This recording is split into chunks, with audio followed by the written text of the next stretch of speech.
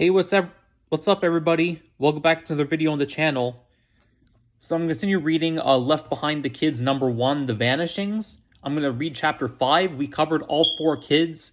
Jude, Vicky, Lionel, and Ryan. We covered them all. We explained their backstories, their origins. And now we continue reading the story, and we see what happens from there. So Chapter 5.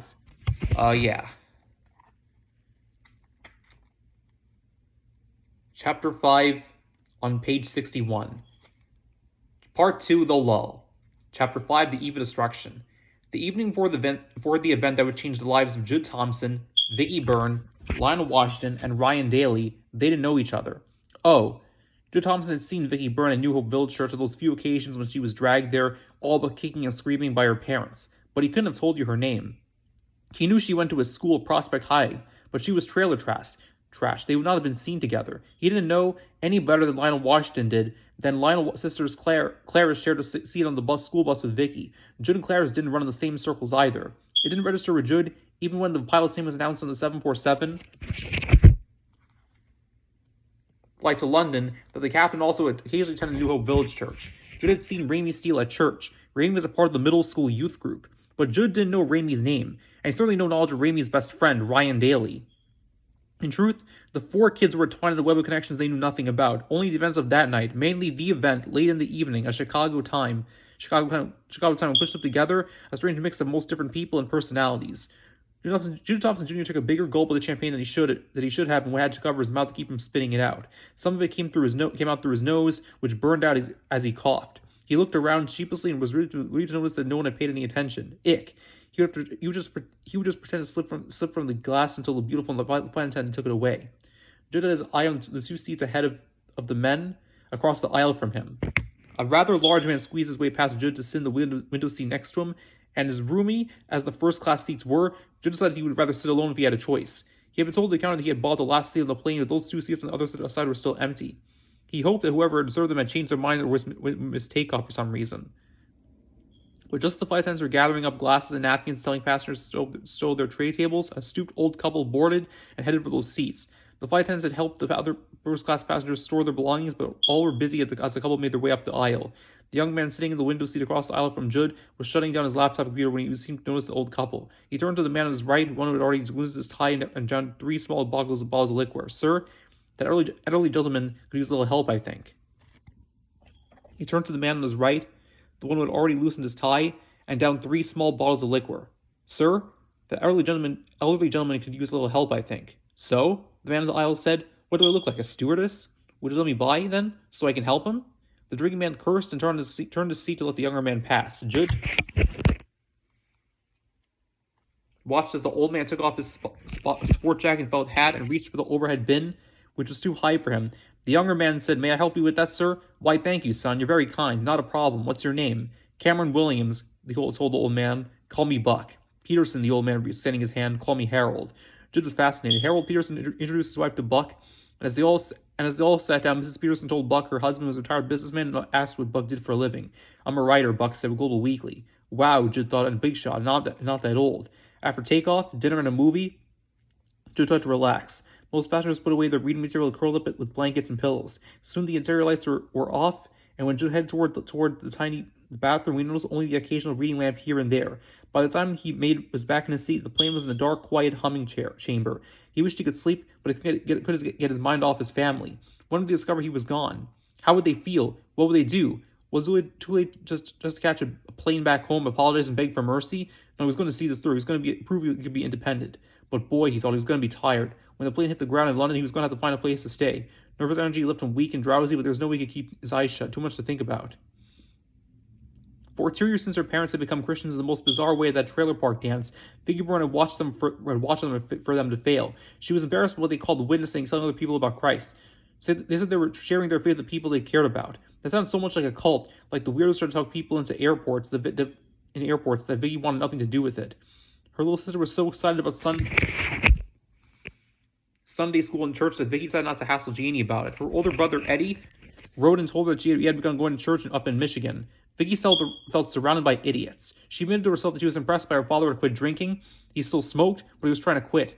He always said that he felt bad about that, but she never saw him smoke at church, and he didn't even smoke in the trailer anymore. He often said, "Someday God's going to give me the strength to beat this thing." Vicky's mother pleaded with her to the point of tears to go to church with them once in a while. Vicky finally gave in and asked they would let her get off her back. She went to one service a month. They agreed, but she really had gone only 3 or 4 times at all.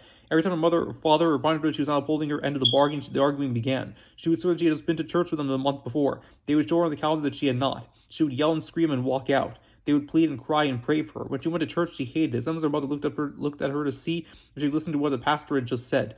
And other times her mother leaned over and whispered the pastor's last sentence.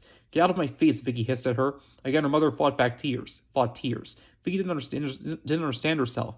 Often she asked herself why she had to be so mean, so angry. It was obvious that this thing, whatever it was working. Her dad was a new man. He never missed work. He was always on time, got promoted, had more friends. He was always sober. He looked happier. The only sore point in his life besides the smoking was Vicky. She could see him getting more and more frustrated with her, and she had to admit her goal was to make him explode in anger. Why? So she wouldn't feel so bad about herself. She had always hated it when he had blown up her in the past, but this one, a new obsession with church and God, was worse. The one time she pushed her dad past his limit, rather than yell, he broke down. "I think the devil's got hold of your soul and he won't let go," her father exclaimed. Vicky laughed in his face. "What?" she said. "You really believe that, don't you? You think we're living in the dark ages and maybe I'm a witch, is that it?" "I didn't say that," her father said, moaning. "Don't you see how crazy you all are? Please, just leave me out of this. We don't want you to go to hell," her mother pleaded. "At least I'll be with my friends," Vicky said. She had heard people say that before, that they wanted to spend eternity where all their friends were. She thought it was a pretty sassy line. Her parents just cried all the more. That didn't reach her. It made her sick. After a year or so, they couldn't get her to go to church at all. The only control Vicky's parents had over her was grounding her. She was not allowed to go anywhere or do anything if she stayed out too late. They didn't know where she was or what she was doing, but they had an idea of who she was with, and they didn't approve of her friends. Vicky considered herself lucky that the last 2 times she had been out past her curfew, only 20 minutes each time, she'd been able to slip into the trailer and tiptoe past her sleeping parents' bedroom undetected. On this evening, though, the same night Judd Thompson Jr. was making his escape from boredom on the flight to London, Vicky Byrne was going out. Parents had a fit, she realized, if they knew what she and her friends were up to. They had scored some pot and were smoking and riding around to older kids who had cars. By the time her friends dropped her off at the entrance to the trailer park, far enough from her trailer so the car wouldn't wake anybody, Vicky was already more than an hour late. Her mother told her she would be waiting up for her in the little living room. Vicky felt wasted, and she didn't want to lecture the grounding, the tears, the prayers. As she came into the view of the trailer, she noticed the only light on was a small reading lamp in the living room. If her mother was dozing there, she would surely awaken and Vicky tried to sneak past. She knew what she would do. She would slip in the back door. If her mother discovered her in her bed, she would swear she had come home on time and even tried to wake her mother. Vicky crept around back, trying not to make noise on the gravel. She slowly opened the little used door and did her best to keep it from creaking. She held her breath and pulled it softly closed behind her. She could see the light on in the living room. She undressed in the dark and slipped into the bedroom she shared with Gianni. As Vicky lay on her back in bed, she allowed herself to breathe again. But something was strange. Maybe the pot had done something to her mind or her hearing. Normally she could hear her father snoring from down the hall, and she could always hear Gianni's deep breathing. Now she heard nothing, not a thing. So much the better, she thought. She felt as tired as she ever been, and was grateful for the peace and quiet allowed her to drift into a deep sleep. Lionel Washington always looked forward to times when Uncle Andre would come to Mount Prospect and stay overnight. He might be in town for an Alcoholics Anonymous meeting or one of the other half-dozens or so support groups he belonged to. Other times he just might be the area on business. He thought, though Lionel's mother often asked him not to share what that business might be. That night, while Thompson Jr. sat on the 747 unable to sleep, and Vicky Byrne crept into her bed unable to stay awake, Lionel Washington grew bleary-eyed in his own home. Lionel's older sister Clarice had helped her mother put the younger kids to bed a few hours before. Then she and Lionel and their mother and the father sat in the family room as Uncle Andre told story after story, making them laugh and cry and laugh some more. Clarice was the first to beg off. "I've got to get up early tomorrow," she said. Lionel's mother was next. "We're expecting a story to be filled from our London office tomorrow.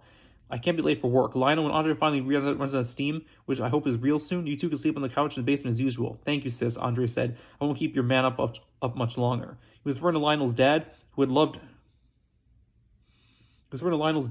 Andre in his stories. Very sad and easy, trying to listen, trying not to doze. He looked comfortable, a big old working man in terry cloth robe 3 sizes too big. He rubbed the corners of his eyes. "Should have taken these contacts out hours ago," he said. "I'm going to let you go to bed, bro-in-law," Andre told him. "Lionel and me would head downstairs." "Good idea," Mr. Washington said. "I'll just sit here in a few more minutes before going up to bed myself. Good night, boys." Lionel found himself falling asleep next to his uncle in the basement, even though Andre was still telling some story. Lionel was half listening to his father's footsteps above them, which was that Lionel knew he had gone off to bed. but couldn't keep his eyes open any longer. He fell asleep listening to his uncle's whispering, whiny laugh, and only hoped Andre wouldn't be insulted when he realized Lionel was asleep. Ryan Daly had been very nearly been allowed to stay at his best friend's house that night.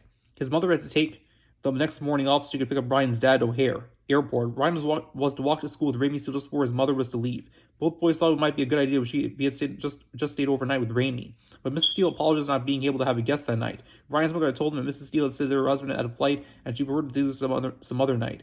In fact, she just this week and asked if it was alright if he went to church with him. I told Mrs. Steele that would be fine. Oh, Mom, it won't be so bad, honey. I went to church a few times when I was a kid, and it didn't hurt me any. Just act nice, and they'll be nice to you. Ryan dreaded the thought of that, and he wished he could have stayed at Raimi's that night. But he would see Raimi in the morning. They would have fun this weekend, even if he did have to go to church. With Dad away on business, Ryan knew his mother would stay up watching television longer than normal.